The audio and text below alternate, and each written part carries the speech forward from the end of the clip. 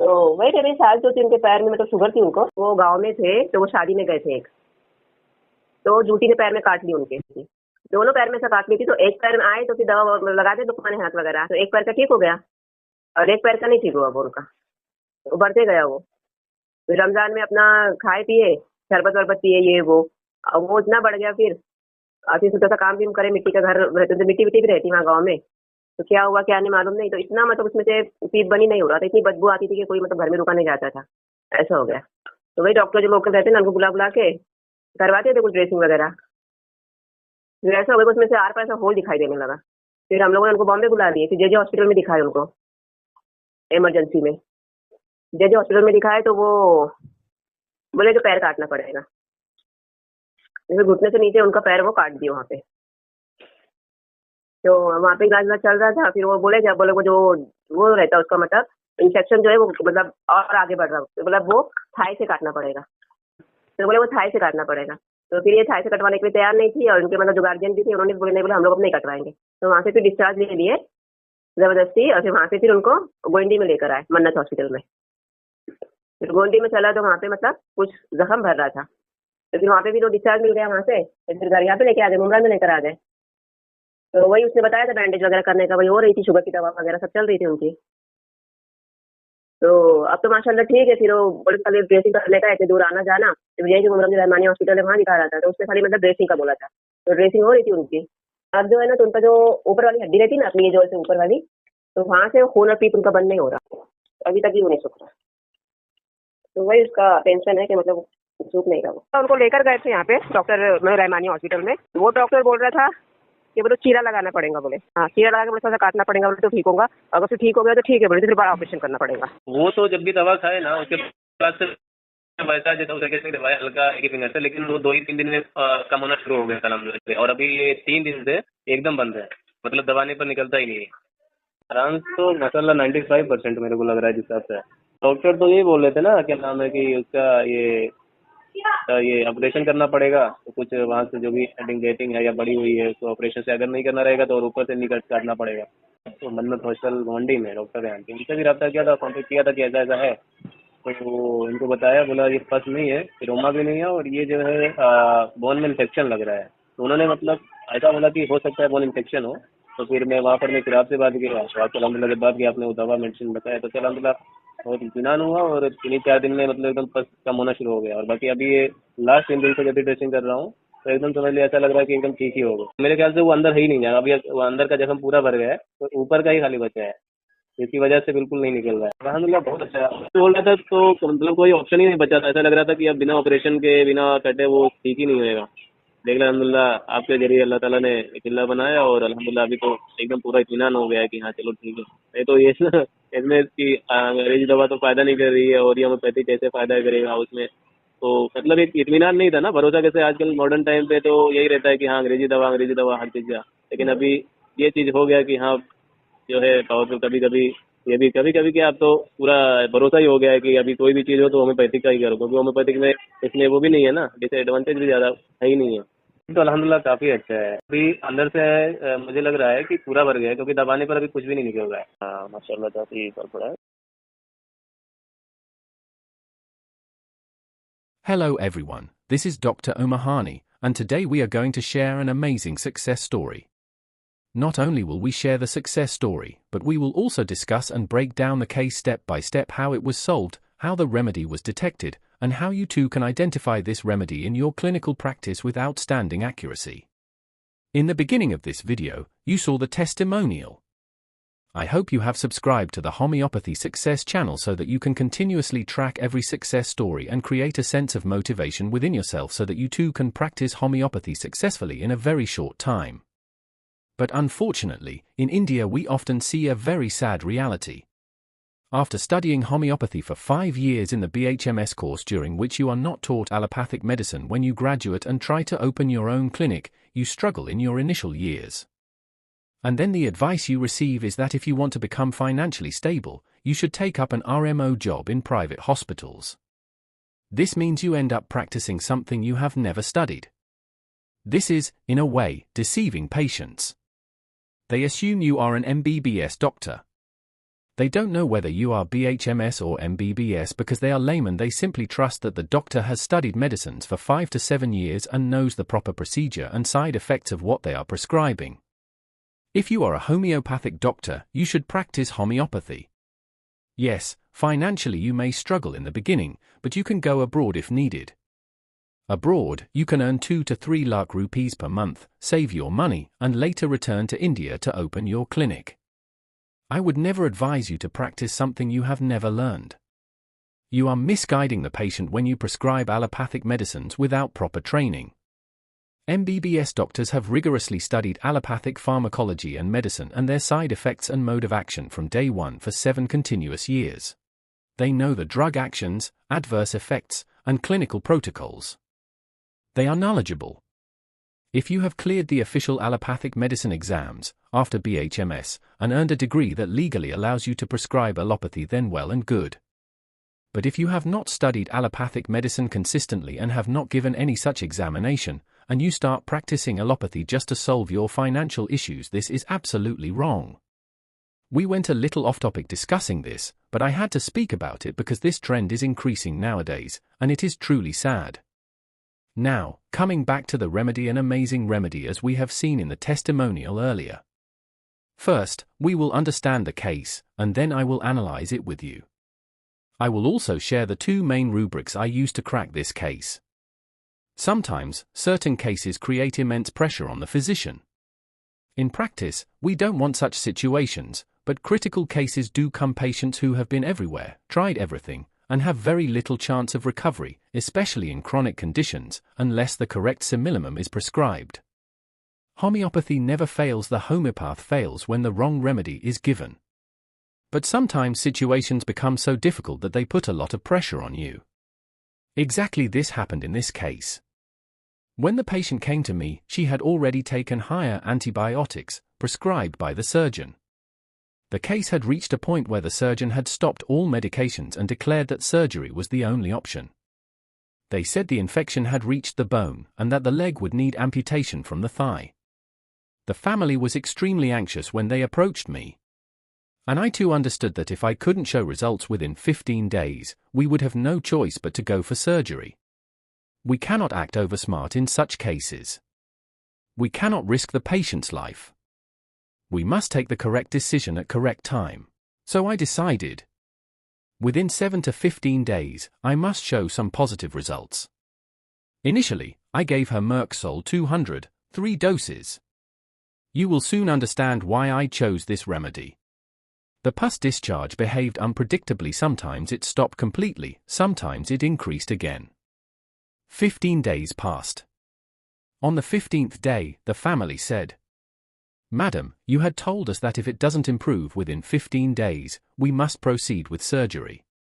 But we absolutely do not want surgery. What should we do now?" The pressure increased. I asked them to wait for 7 more days. If it still does not improve, we will agree for surgery. I told them this time I have changed the medicine. Let's hope for the best and wait. They were extremely kind, and weren't ready for amputation at all. Even the patient refused surgery.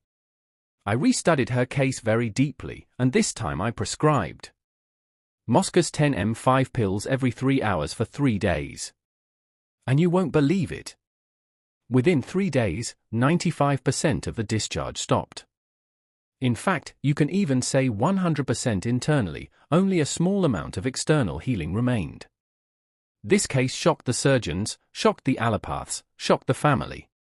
And honestly, even I was in disbelief. So let's begin the case. Very often in homeopathy, as a homeopath, you experience something unique. Nearly 90% of the medicines are actually taught to you by your patients. This is what makes homeopathy stand apart from every other field of medicine. In no other medical system does a patient reveal a remedy to the doctor.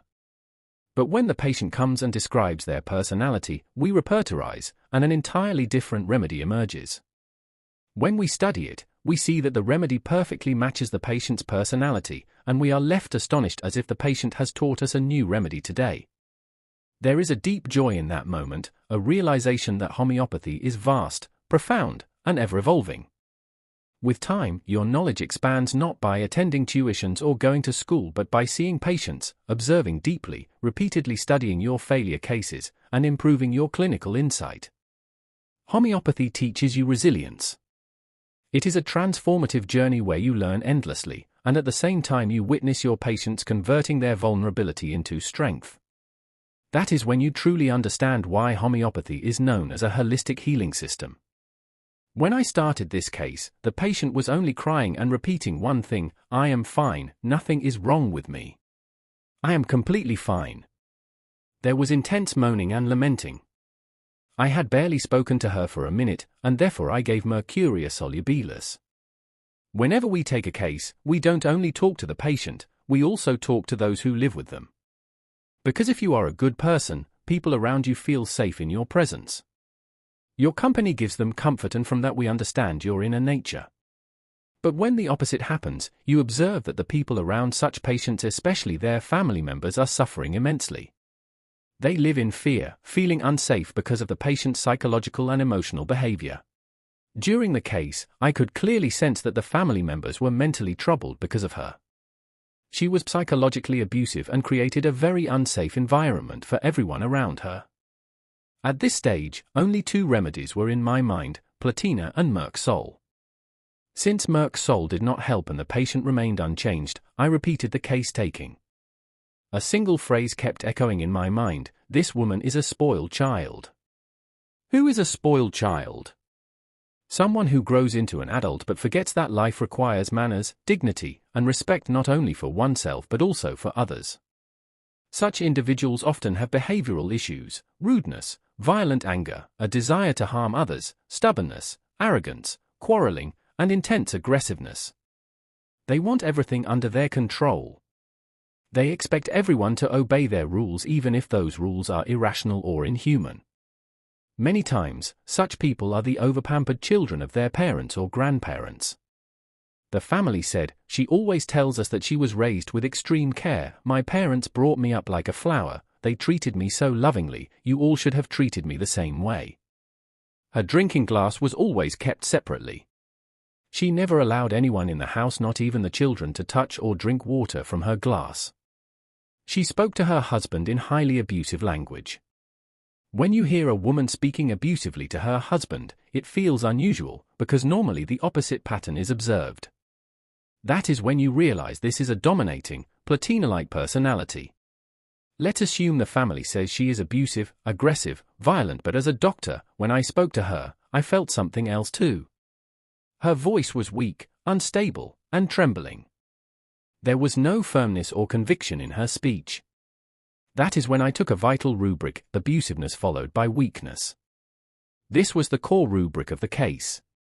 The deeper meaning: the patient harms others with full intensity, gives every ounce of strength to abuse, and then collapses into weakness. After abusing, she may faint, or her lips may turn blue. Her tongue can run kilometers in anger, but later she portrays herself as the victim. "Look at me. I am so weak.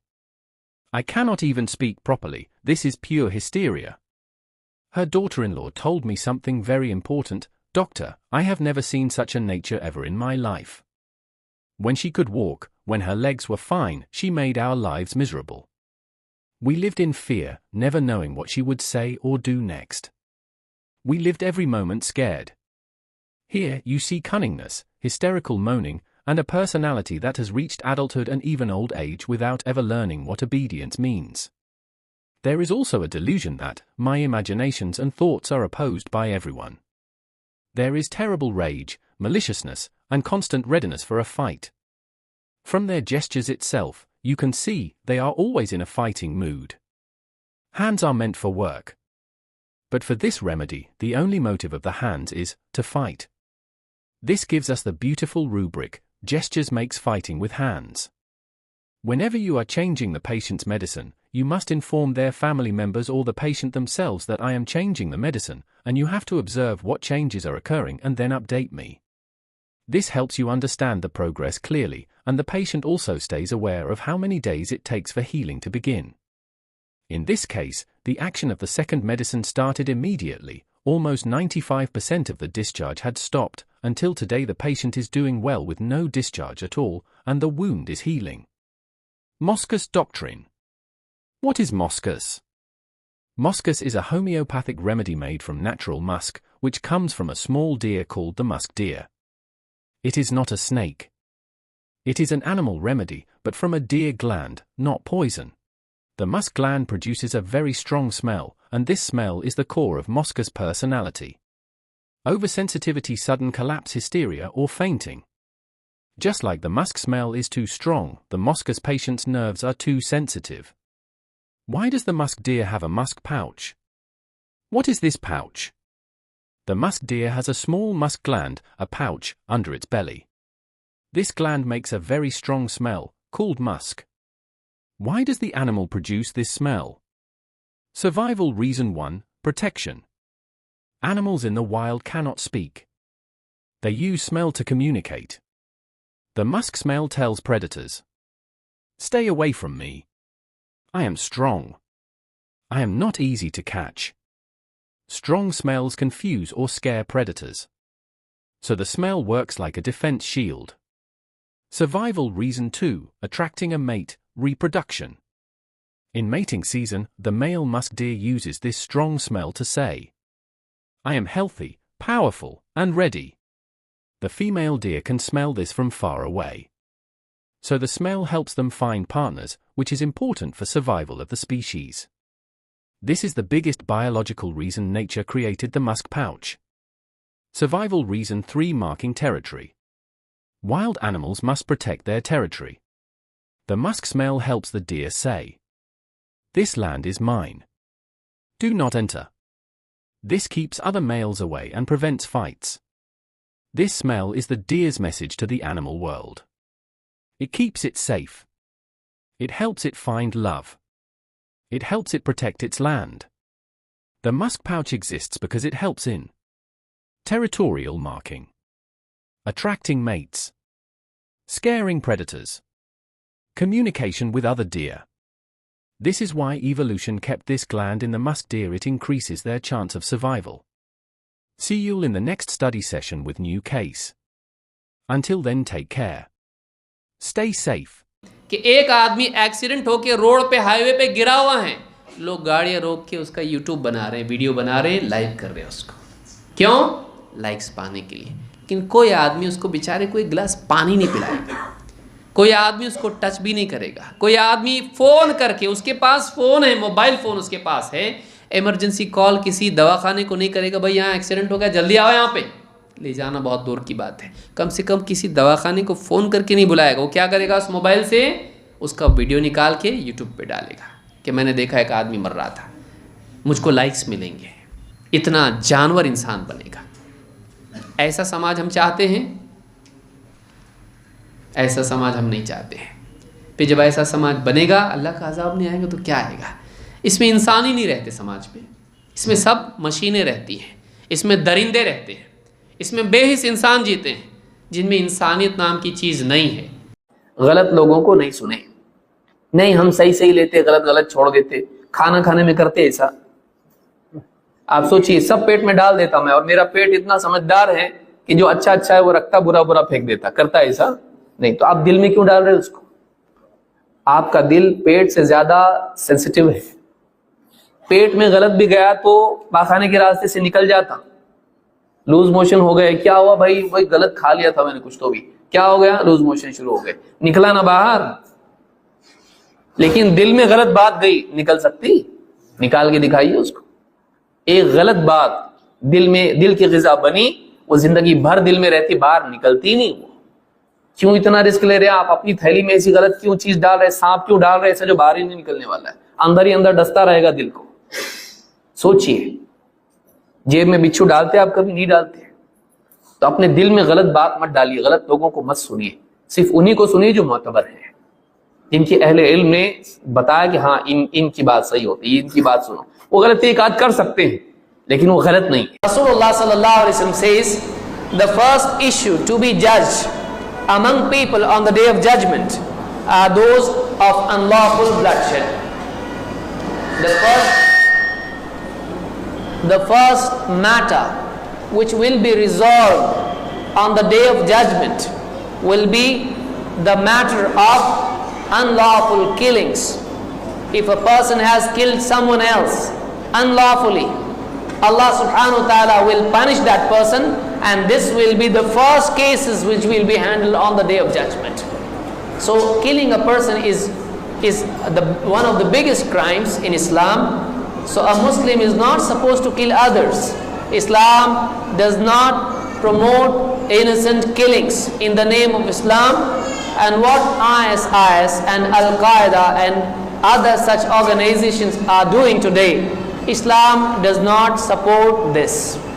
Islam does not validate this. This is done in the name of Islam, no doubt.